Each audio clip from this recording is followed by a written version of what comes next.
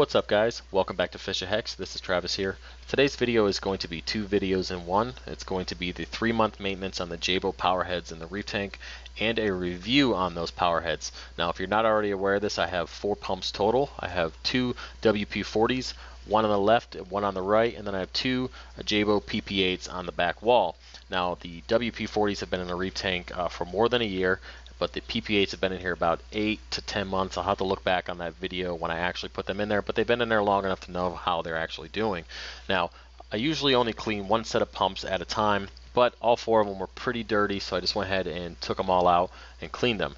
Now, in this video, you're going to see me remove them, put them in a bucket of hot water, add vinegar, and what I did is, guys, I let that bucket run with those power heads at full blast for 24 hours. Now, it's very important that you let them run for a long time in vinegar and water because the coralline pretty much cements the power head together, and there's no way you're going to get them cleaned without letting them run in vinegar for an extended period of time. It's just something that I ran into in the past. You know, letting it run for a couple hours just won't cut it. So now I just let it go from 12 to 24 hours without any issues. So with that being said, guys, once they were done rinsing, I went ahead and cleaned them individually, which you'll see in this video, and then added them back in the reef tank. So with that being said, let's move on to the review portion of this video. Just so you guys know, all 4 of these pumps are connected and controlled completely by the Apex controller, and I will put a link to that video in the description below so you can check that out. Basically allows me to have various wave modes throughout the day along with surge modes, and then at night everything kind of dies down to 30% until the lights kick back on in the morning. Now, a couple of you guys have been giving me slack over going the cheaper route when it comes to providing flow for this reef tank. Now, I have owned and used the MP10, the MP-40, and the MP-60, and I just don't like them in this reef tank. They don't provide the flow that I'm looking for. Now, there's a time and a place for everything. I've used those in different applications and they work fine, and they would work better than the Jebao version would, but you know, there's a time and place for everything, guys, and I just don't like them in this particular tank. So I have nothing against them, but I just want to clarify that and let you know that I'm not a cheap ass. I just choose to use these pumps for the reasons that I'm about to tell you. One of the main reasons why I love these pumps and the setup I have is the surge modes. But before we go any farther with that, let me explain what the surge modes are so we're on the same page. Now, in the Apex, I have each pump programmed to have a timer that will start a surge mode profile.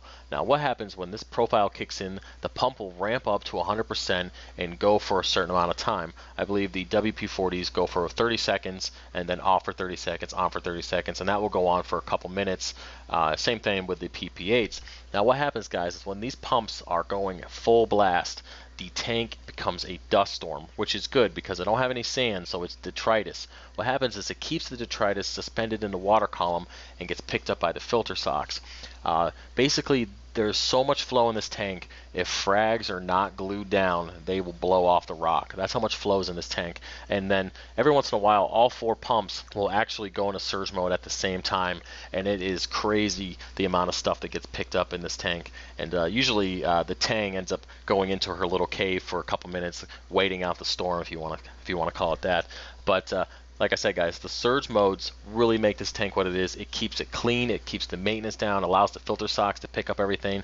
Just temporarily is the tank dirty or looks dirty because of all the detritus that's floating around, but that stuff either gets picked up, like I said, in the overflow by the filter socks, or it settles back down and then just continues to cycle when the surge mode kick in.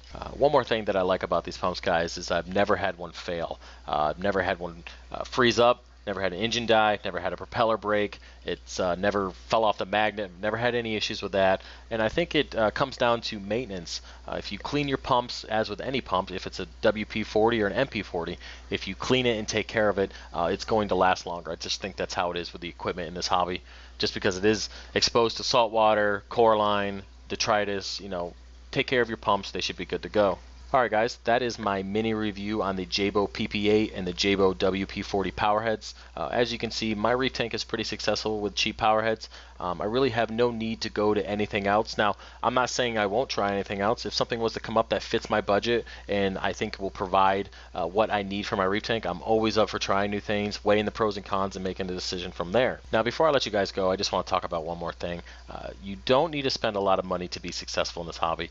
I find that I see a lot of people on the forums and on Facebook always talking about the next best thing, or how much money this powerhead costs, or this skimmer costs, or how much they spend on their lights, and just to find out that their tank doesn't look good, regardless of the $20,000 you spent on it, it doesn't look good.